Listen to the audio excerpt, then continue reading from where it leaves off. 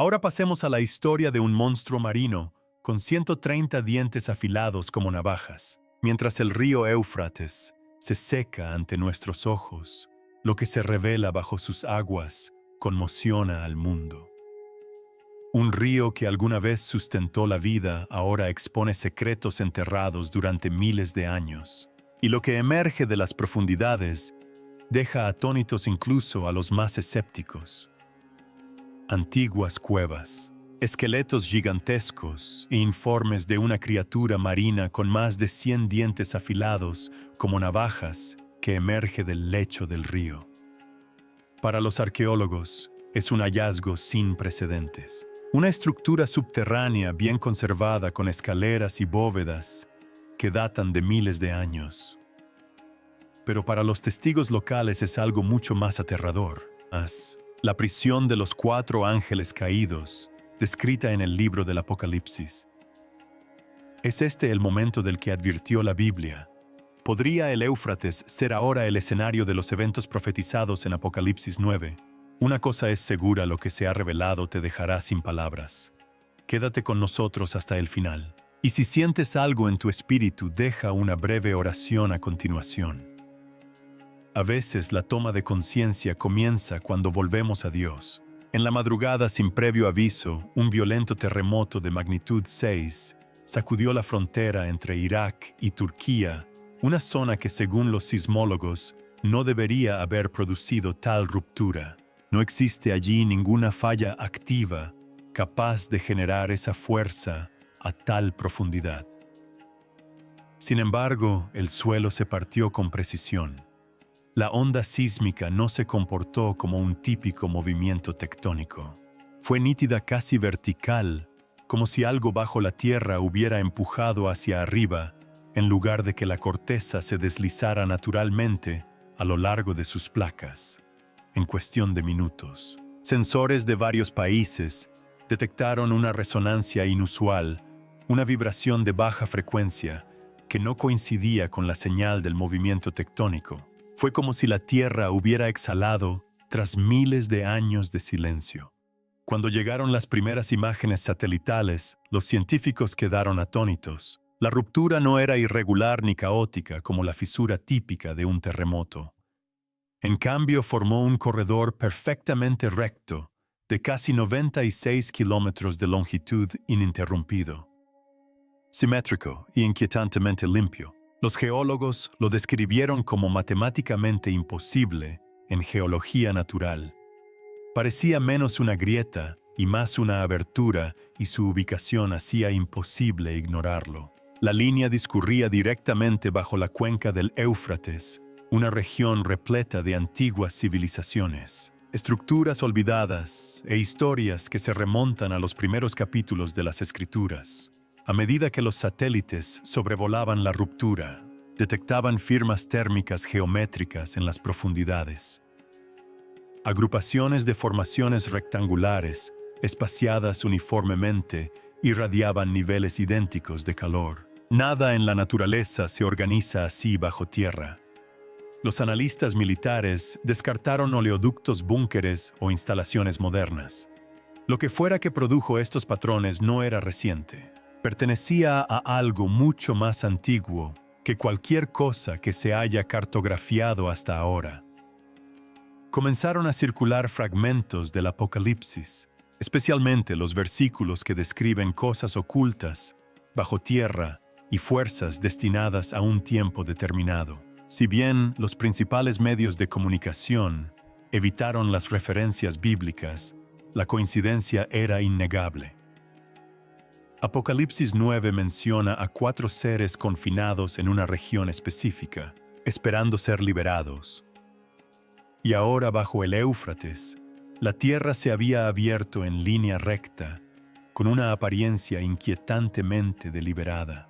Las tensiones aumentaron rápidamente a medida que las potencias regionales reaccionaban. Irak exigió el control de la zona de ruptura. Turquía afirmó que se extendía a su territorio y Siria desplegó drones mientras que las fuerzas kurdas se movilizaron. En 24 horas, la zona se militarizó intensamente con puestos de control y espacio aéreo restringido. aunque las autoridades guardaron silencio. Unas imágenes filtradas mostraron a soldados observando profundas y lisas aberturas que parecían formadas artificialmente. Cuando los investigadores lograron un acceso limitado, informaron de entradas ovaladas que conducían a cámaras mucho más profundas que cualquier sistema de cuevas conocido. El análisis del polvo sugirió que estos espacios habían permanecido sellados durante miles, posiblemente decenas de miles de años. No olvides darle a me gusta a este video y suscribirte al canal para ver más contenido increíble. Tu opinión importa, así que no dudes en compartirla en los comentarios. Ahora volvamos al tema. Poco después de que la ruptura dejara al descubierto lo que yacía bajo el Éufrates, comenzó a surgir otro detalle. A lo largo de las orillas del río ahora expuestas, donde el nivel del agua había descendido drásticamente, los testigos locales comenzaron a reportar algo mucho más difícil de explicar una criatura. No se trataba de un simple rumor, sino de descripciones repetidas en múltiples lugares. Según esos relatos, el ser poseía una mandíbula enorme con más de 100 dientes afilados, como navajas, no dispersos al azar, sino dispuestos con una precisión depredadora en capas superpuestas, diseñados para desgarrar más que para alimentarse. Algunos afirmaron haber visto solo restos esqueléticos parcialmente incrustados en el lodo. Otros insistieron en haber presenciado movimiento lento al principio, luego repentino, demasiado rápido para seguirlo. Los biólogos y paleontólogos, que fueron llamados para examinar el sitio, tuvieron dificultades para clasificar lo que veían. Las proporciones no coincidían con las de las especies fluviales conocidas. La densidad de los dientes, su filo y su posición sugerían algo adaptado para el dominio, no para la supervivencia. Y sin embargo, no se podía trazar una ruta evolutiva clara a partir de los registros existentes. El muestreo cuidadoso comenzó de inmediato. Se analizaron las capas de sedimento alrededor del hallazgo para determinar su edad y origen. Los primeros indicios sugirieron que fuera lo que fuese, no se había depositado recientemente. Había estado allí incrustado, preservado durante un periodo de tiempo considerable. Si esta estructura pertenecía a una especie conocida, ¿por qué no coincidía con ninguna forma documentada? La pregunta aún no tenía respuesta.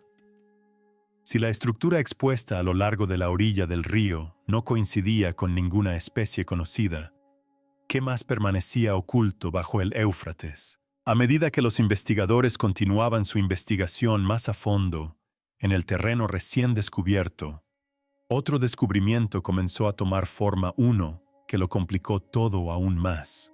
Varios cientos de metros del sitio inicial, los arqueólogos que trabajaban a lo largo de una sección seca del lecho del río descubrieron lo que parecía ser una serie de grandes fragmentos de hueso. Al principio se descartaron como restos de animales desplazados por la erosión, pero a medida que la excavación se ampliaba, el patrón se hizo innegable. No se trataba de fragmentos aleatorios. Eran parte de una estructura esquelética de escala masiva y forma humanoide. Las proporciones destacaban de inmediato. Los huesos de las extremidades eran alargados más allá de las proporciones humanas normales, más gruesos y densos, lo que sugería un cuerpo construido para la fuerza más que para el equilibrio. Las articulaciones eran inusualmente anchas, capaces de soportar un peso mucho mayor que el de cualquier estructura humana moderna. Sin embargo, faltaba un detalle, y era el más importante. No había cráneo. La estructura superior terminaba abruptamente, como si la sección craneal se hubiera separado hacía mucho tiempo o permaneciera enterrada en algún lugar más allá de la zona de excavación. Los investigadores cartografiaron cuidadosamente la posición de cada hueso, midiendo distancias y analizando capas de sedimento. Las primeras conclusiones sugerían que el esqueleto no había sido alterado recientemente. Había estado allí intacto en algún momento antes de que el tiempo o algo más hubiera alterado su estado. Una mandíbula enorme con más de 100 dientes afilados como navajas fue encontrada en un lugar diferente a lo largo del mismo sistema fluvial. Cada hallazgo por separado era difícil de explicar, pero en conjunto planteaban una pregunta que nadie estaba preparado para responder en voz alta: si estos restos pertenecen a alguien. Si en el caso de un solo organismo la estructura esquelética y la cabeza aislada alguna vez formaron parte del mismo cuerpo, ¿por qué fueron separadas por tal distancia? ¿Qué fuerza podría dividir algo de esa magnitud y dejarlo enterrado en fragmentos a lo largo del lecho del río? Es aquí donde los textos antiguos comienzan a resonar con nueva fuerza. En Génesis 6:4 está escrito: en aquellos días había en la tierra los Nefilim, los poderosos de antaño, hombres de renombre descritos no solo como grandes, sino como poderosos distintos y diferentes a la humanidad común. Tradiciones posteriores hablarían de seres cuya presencia perturbaba el orden natural, criaturas ligadas tanto a la tierra como a algo más allá de ella. Las escrituras no se detienen en su biología, se centran en su impacto, su corrupción, su papel en un mundo que había comenzado a alejarse de su creador. Y en respuesta llegó el juicio, no gradualmente, sino decisivamente. Si el Éufrates seco está revelando secretos antiguos, ¿podría este esqueleto ser una revelación divina, una señal de lo que está por venir? Este asombroso hallazgo se produce en medio de una época de agitación global, extraños fenómenos naturales y crecientes señales que muchos creen que apuntan al cumplimiento de la profecía bíblica. El libro del Apocalipsis habla de un tiempo en que el río Éufrates se secará preparando el camino para grandes acontecimientos en los últimos tiempos. ¿Por qué apareció un esqueleto de Nefilim en el río Éufrates? Este antiguo río ha estado rodeado de misterio y profundo significado bíblico. Muchos creen que bajo sus aguas yacen tumbas antiguas, ciudades perdidas e incluso portales a reinos sobrenaturales. Una teoría sugiere que los Nefilim fueron encarcelados bajo tierra tras el gran diluvio, como se menciona en la epístola de Judas 6, que afirma que los ángeles que abandonaron su lugar han permanecido encadenados eternamente bajo tinieblas hasta el juicio del gran día. Si esta interpretación es cierta, entonces la desecación del Éufrates podría no ser un simple fenómeno natural, sino una señal divina, una indicación de que algo antiguo, algo oculto durante miles de años, está a punto de ser revelado. ¿Qué dice exactamente la Biblia sobre los Nefilim? En el Antiguo Testamento, los Nefilim son descritos como hombres poderosos, figuras de gran tamaño, fuerza e influencia.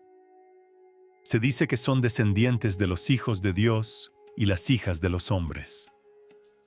En algunas traducciones de la Biblia hebrea, la palabra Nefilim se interpreta como gigantes, mientras que en otras el significado es menos claro. En aquellos días, y también después, había en la tierra los Nefilim, cuando los hijos de Dios se unieron a las hijas de los hombres y tuvieron hijos con ellas. Estos fueron los valientes de la antigüedad, hombres de renombre. Segundo Génesis 6:4. Siempre ha habido cierta controversia al hablar de la verdadera naturaleza de los Nefilim. El término aparece solo 2 veces en la Biblia, primero en Génesis 6:16 y luego en Números 13:33. Eruditos y teólogos han debatido su significado durante siglos, algunos traduciéndolo como gigantes y otros como caídos. En cuanto a la traducción del término, la mayoría de las primeras versiones bíblicas lo entendieron como gigantes. Sin embargo, Aquila de Sinope ofreció una perspectiva diferente en su traducción del hebreo al griego, interpretando la palabra como caídos, o aquellos que habían caído ante sus enemigos. Volviendo al Génesis 6, el pasaje en sí no describe directamente a los Nefilim como gigantes. En cambio, los presenta como la descendencia de los hijos de Dios y mujeres humanas que existían antes del diluvio. y eran conocidos como hombres poderosos y de renombre.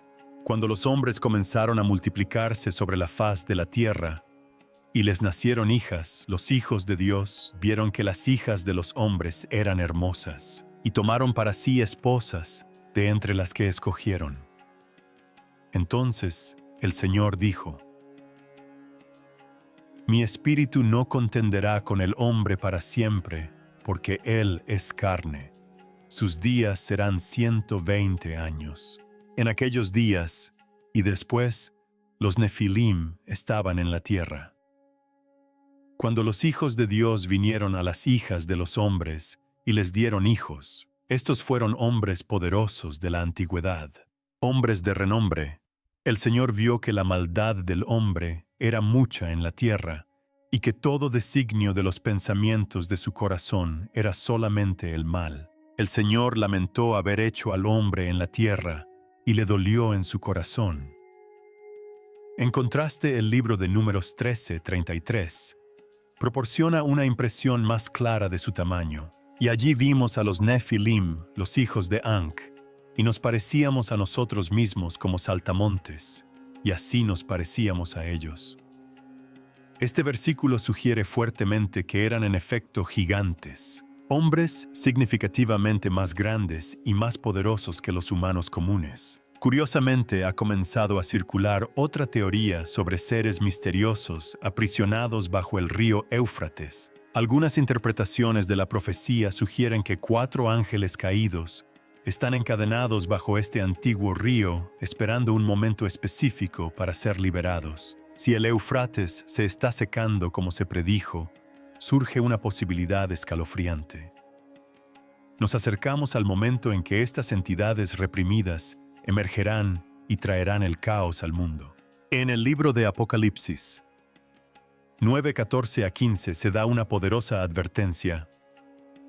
Libera a los 4 ángeles que están atados junto al gran río Éufrates. Continúa describiendo cómo estos 4 ángeles preparados para una hora, día, mes y año precisos son liberados con el propósito de destruir a 1/3 de la humanidad. Los eruditos bíblicos suelen enfatizar que no se trata de ángeles santos, sino de ángeles caídos, seres rebeldes, expulsados del cielo y sometidos a la restricción divina. Se dice que permanecen atados bajo el Éufrates hasta un momento predeterminado en la historia, cuando serán liberados para sembrar la destrucción a gran escala. Esto plantea una pregunta importante. ¿Por qué fueron encarcelados estos ángeles en primer lugar? Algunas interpretaciones sugieren que se encontraban entre los seguidores más peligrosos de Lucifer, expulsados tras rebelarse contra Dios. A diferencia de otras fuerzas demoníacas, que se cree que vagan libremente, estas entidades fueron consideradas demasiado poderosas, requiriendo confinamiento mediante la autoridad divina. En los últimos años, el Éufrates ha experimentado un descenso drástico, alcanzando niveles de agua históricamente bajos. Muchos creyentes ven esto como algo más que una coincidencia. Lo interpretan como el cumplimiento de una profecía, una señal que apunta directamente a los acontecimientos descritos en el Apocalipsis. Si el río continúa retrocediendo, podría indicar que se acerca el momento de la liberación de estos ángeles caídos. Reforzando aún más esta idea, el libro del Apocalipsis 16:12 describe cómo el río se seca para preparar el camino a los reyes del este. Esto sugiere que al desaparecer las aguas, fuerzas ocultas o reprimidas durante mucho tiempo podrían comenzar a emerger.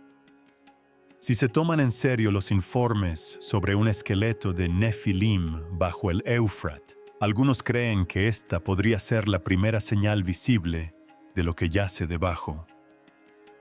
¿Podría el río estar desenterrando ahora entidades que debían permanecer ocultas hasta el juicio final? La conexión entre los Nefilim y los ángeles caídos es otro tema de intenso debate. Muchos creen que los Nefilim, descritos como descendientes de ángeles caídos y mujeres humanas, fueron destruidos en el gran diluvio.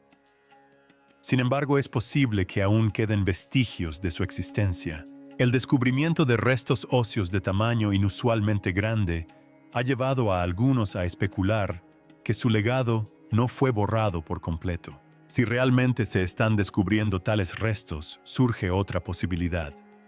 ¿Podrían otros seres sobrenaturales, incluidos los 4 ángeles caídos, estar también cerca de su liberación? Algunas teorías sugieren que estos ángeles desempeñaron un papel en la corrupción de la humanidad antes del diluvio, lo que llevó a su encarcelamiento como parte del juicio divino. Su eventual liberación, como se describe en la profecía, marcaría el comienzo de un caos sin precedentes. Las Escrituras advierten que su liberación resultaría en una devastación a escala global, con la perdición de 1/3 de la humanidad. Esto podría manifestarse a través de guerras, hambrunas, enfermedades o incluso eventos que escapan a la explicación natural. Al observar el mundo moderno, el aumento de los conflictos, las crisis ambientales y el rápido cambio tecnológico, algunos creen que estos acontecimientos coinciden con las advertencias bíblicas. Si el secado del Éufrates es realmente una señal profética, podría significar que la humanidad se acerca a un momento crítico predicho hace mucho tiempo. A medida que se descubren secretos antiguos y se revelan lugares largamente ocultos, surge una pregunta profunda.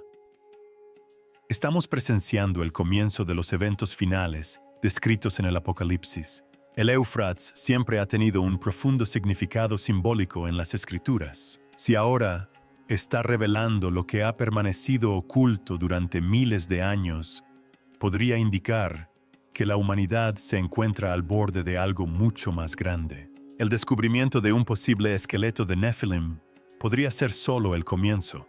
Podría ser la liberación de los 4 ángeles caídos el siguiente paso al mismo tiempo. Informes procedentes de Estados Unidos describen el descubrimiento del esqueleto de una enorme criatura marina, lo que deja perplejos a los científicos. Algunos han comenzado a establecer conexiones, preguntándose si esto también podría relacionarse con antiguas criaturas bíblicas.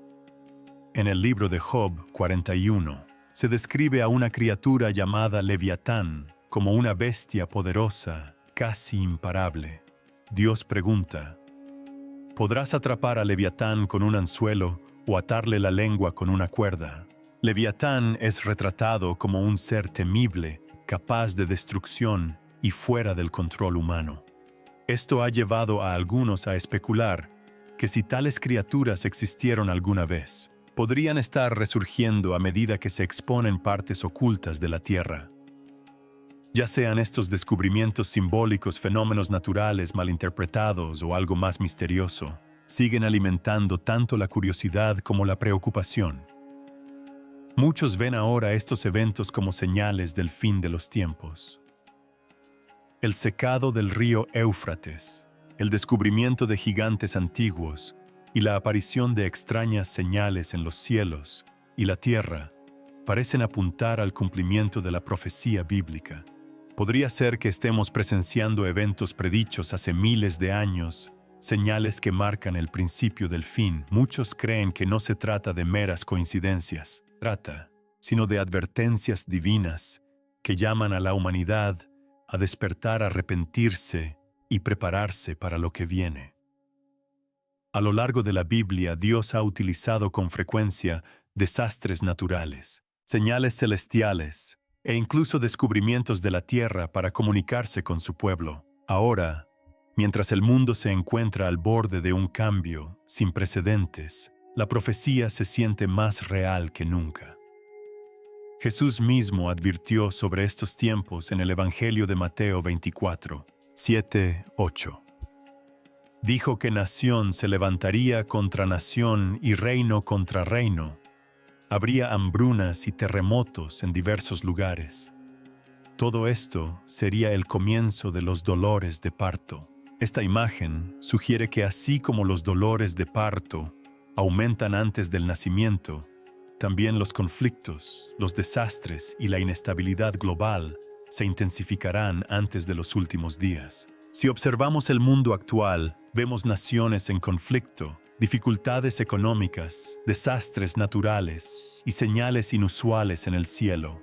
Estos acontecimientos se asemejan mucho a lo que Jesús describió, lo que lleva a muchos a creer que la humanidad se acerca a un punto de inflexión profético. La Biblia también destaca el río Éufrates en varios pasajes sobre el fin de los tiempos. Su desecación no se considera simplemente un problema ambiental, sino el cumplimiento de una profecía. En el libro de Apocalipsis 16:12 se afirma que el sexto ángel derramó su copa sobre el gran río Éufrates y sus aguas se secaron para preparar el camino a los reyes del oriente. Esto sugiere que la desaparición del río podría desempeñar un papel clave en los eventos que conducen a las batallas finales, a menudo asociadas con el Armagedón. A medida que el Éufrates retrocede, también se reportan extraños descubrimientos, incluyendo lo que parece ser un esqueleto gigante, posiblemente vinculado a los Nefilim.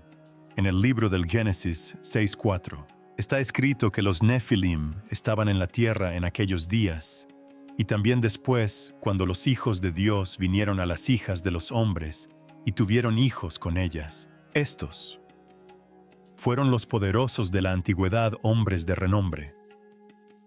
Si tales restos realmente pertenecen a los Nefilim, sugeriría que estos relatos antiguos no eran meramente simbólicos. Su reaparición podría interpretarse como una advertencia de que fuerzas ocultas durante mucho tiempo están comenzando a resurgir. Así como la profecía habla de un conflicto espiritual en los últimos días, con el aumento de guerras, plagas, desastres naturales e inestabilidad global, a muchos les resulta cada vez más difícil ignorar estas señales. Algunos creen que vivimos en la época previa al regreso de Jesucristo. El apóstol Pablo advirtió en la segunda epístola a Timoteo 1:5 que en los últimos días habría tiempos terribles. La gente se volvería egoísta, avariciosa, orgullosa, blasfema, desobediente, ingrata y sin dominio propio. Al compararlo con el mundo actual, muchos ven similitudes sorprendentes. Creciente corrupción, avaricia, decadencia moral y engaño generalizado. Esto plantea una pregunta importante. ¿Podrían estar conectados el descubrimiento de restos gigantescos, la sequía del Éufrates y el creciente caos en el mundo? ¿Podrían ser señales de que el tiempo se acaba? Si estas advertencias bíblicas se están desarrollando ante nuestros ojos, muchos creen que ahora es el momento de volver a Dios, fortalecer la fe y prepararse espiritualmente. Las Escrituras enfatizan que quienes no estén preparados pueden ser tomados por sorpresa. En el Evangelio de Mateo 24:42, 44, Jesús advirtió a la gente que se mantuviera vigilante, porque nadie sabe el día ni la hora de su regreso. Así como un dueño de casa se mantendría alerta si supiera que viene un ladrón, los creyentes están llamados a estar siempre preparados. Los acontecimientos relacionados con el río Éufrates y la situación del mundo moderno podrían no ser casuales.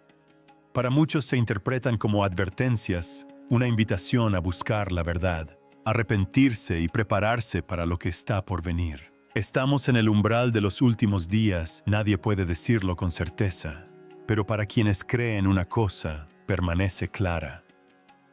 El mensaje de las Escrituras continúa desplegándose ante nuestros ojos, llamando a cada persona a reflexionar, a despertar y a crecer en la fe. Y sin embargo, mientras la tierra revela lo que estaba enterrado y los mares devuelven sus antiguos vestigios, se está produciendo otro tipo de revelación, una que no está grabada en piedra ni en hueso, sino escrita silenciosamente en el corazón de la humanidad. No llega con terremotos ni rupturas, se despliega en las decisiones, en los deseos, en el lento cambio de lo que una generación llama bien y mal. En todas las naciones y culturas, algo sutil ha cambiado. Lo que antes se consideraba verdad, ahora se doblega ante la opinión. Lo que antes se reprimía, ahora busca expresarse sin límites. Existe una creciente sed no de sabiduría, sino de egoísmo, no de verdad, sino de afirmación. Y aunque parezca común, las Escrituras han descrito este patrón con sorprendente claridad.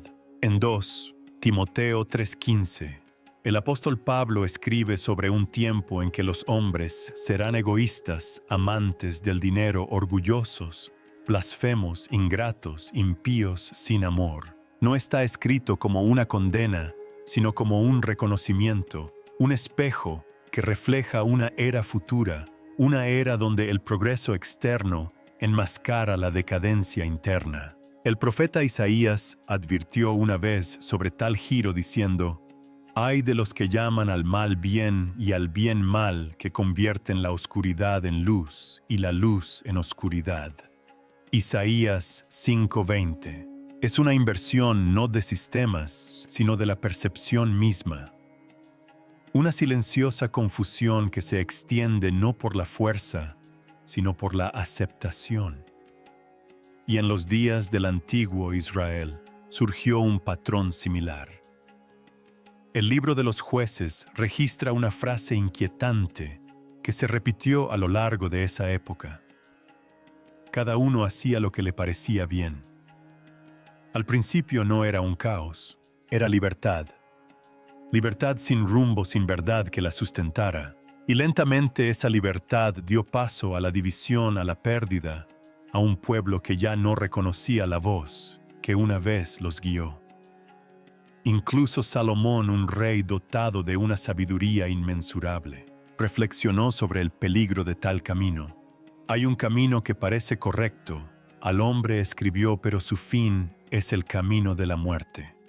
El peligro, entonces, no reside siempre en lo que parece incorrecto, sino en lo que se siente correcto sin discernimiento. Sin embargo, dentro de estas advertencias siempre hay una invitación, porque las Escrituras no revelan la decadencia para condenar, sino para despertar. En Miqueas 6:8, el llamado es simple, pero perdurable: actuar con justicia, amar la misericordia y caminar humildemente con tu Dios. No complejidad, sino claridad, no temor, sino retorno. Y así, a medida que el mundo que nos rodea se transforma mediante descubrimientos bajo la tierra y cambios en el corazón humano, la pregunta más profunda no es solo qué está sucediendo, sino qué está revelando. Porque si las señales en la creación apuntan hacia afuera y las señales en la sociedad apuntan hacia adentro, entonces, ambas están diciendo la misma verdad de diferentes maneras, que la humanidad no simplemente vaga por accidente, que a cada época se le concede un momento de reconocimiento y que incluso en tiempos de confusión, el camino de la verdad nunca se ha retirado, solo se ha pasado por alto. Y si las señales que nos rodean no son casuales, sino que están entretejidas con una intención silenciosa, entonces la pregunta vuelve a dirigirse hacia adentro, no hacia el miedo, sino hacia la preparación. Porque a lo largo de las Escrituras, siempre que el mundo se acercaba a un momento de cambio, Dios no permanecía en silencio. Alzaba la voz, enviaba advertencias, llamaba a la fe no como una idea, sino como una respuesta viva. La fe, en su forma más simple, comienza no con la certeza, sino con la búsqueda.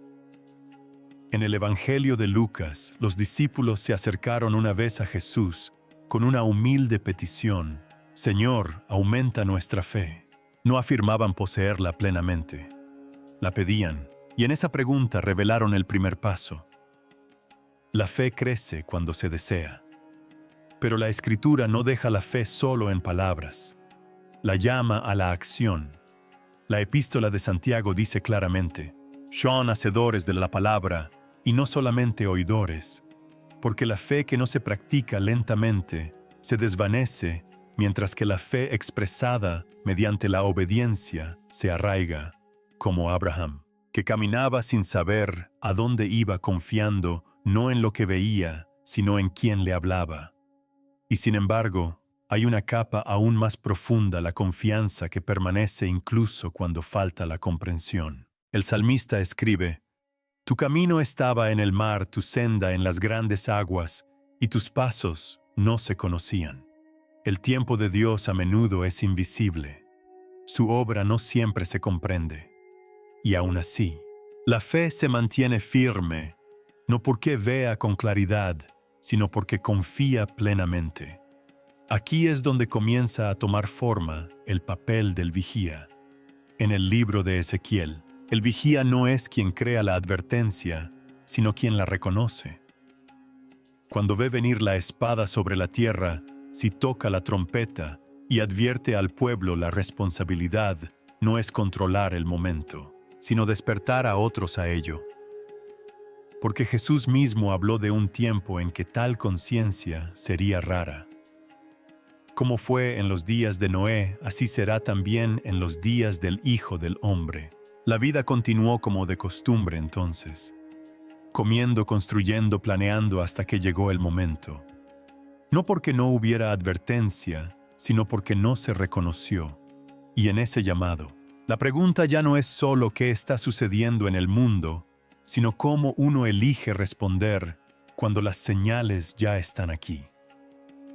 Cuando estas señales se ven aisladas, pueden ser ignoradas. Un río que se seca puede llamar clima. Los restos antiguos pueden considerarse una coincidencia. El cambio social puede llamarse progreso. Pero cuando comienzan a converger, la naturaleza se transforma. La historia se revela. Lo invisible se insinúa y los corazones humanos se desvían. Las Escrituras nos invitan a mirar de nuevo, no por separado, sino juntos. Jesús dijo una vez: Cuando veáis todas estas cosas, sabed que está cerca a las puertas. No una señal ni dos, sino un plan que se forma en la creación, la historia y la humanidad al mismo tiempo. El profeta Daniel habló de un tiempo en que el conocimiento aumentará, mientras que Amós declaró: ciertamente, el Señor Dios no hace nada sin antes revelar su secreto a sus siervos. Y en Hebreos 12:27, escrito está que lo que puede ser sacudido será sacudido, para que lo que no puede ser sacudido permanezca. Si el río está revelando lo que estaba oculto, ¿qué sigue? Si cosas antiguas están saliendo a la luz, ¿a qué apuntan si las Escrituras se alinean con el presente? ¿Dónde nos encontramos ahora? Si este mensaje te hizo detenerte a reflexionar, tómate un momento para responder. Comparte tus pensamientos, y si te sientes inspirado, deja una breve oración a continuación. Gracias por acompañarnos en este viaje hasta el final.